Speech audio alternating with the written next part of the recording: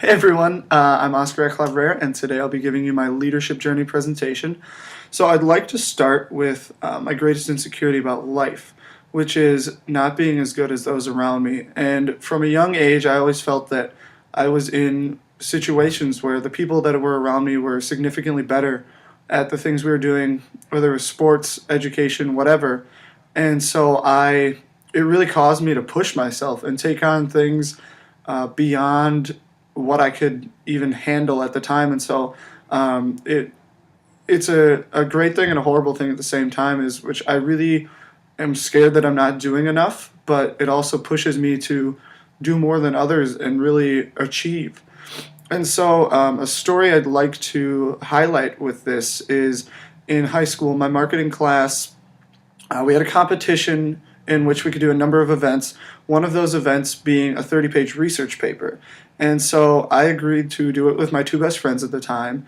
And so we started work on our paper, and things were going okay. And then our teacher said that there was another opening for a paper, and thinking that I should be doing more and working harder than those around me, I instantly accepted another 30-page research paper and had to deal with the consequences of that. And so I was spending massive amounts of time in our computer lab working on these papers, really upsetting my friends because I was having to work on another paper while they were working on the one we were all supposed to be working on. And so I felt that I was putting in so much more work into the projects than they were. And so it caused me to be more authoritarian with them, and really just caused some bruised relationships during that period. And so it was really difficult for me to be able to stay on top of regular day life too. I mean, I got behind in a lot of homework because of that. And so although eventually I did well, I finaled in the competition, it was a really hard period for anybody who was around me for long periods of time. I just was under a whole lot of stress that I put on myself. And so even though sometimes it can cause some great results, in this case it did, it doesn't always. And so I'd like to highlight that yes, it's helped me get very far, but feeling that I'm not as good as those around me has been a really big problem for me as well.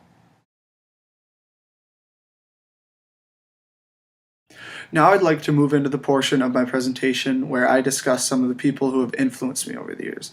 And so one of these people is Bill Gates. He decided to drop out of Harvard, one of the most accredited universities in the world, in order to find his true calling, which was software.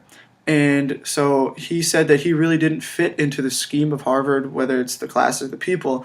He just said that it wasn't the right fit for him, and he wanted to go exploit his passions in a way that he could, not being confined to that setting. And I think that is one of the most cool things that anybody could ever do, is take everything that they were working on and drop it because they really weren't passionate about it. And he took the time to find what he wanted to do and ended up starting one of the most successful companies of all time through it. And I respect that so greatly. If I don't find passion in something, why am I doing it? So I really respect the route he took and how he achieved it. And on the flip side of that, he is also one of the world's greatest philanthropists.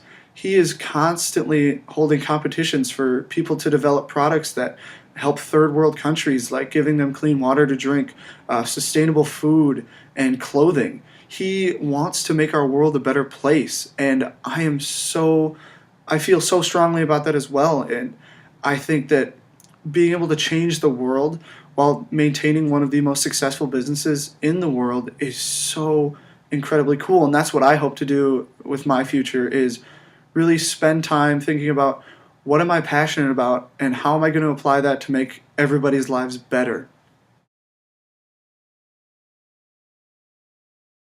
I'm going to end my presentation on something that I really hold dear to my heart and that I culturally identify with, which is being an extrovert.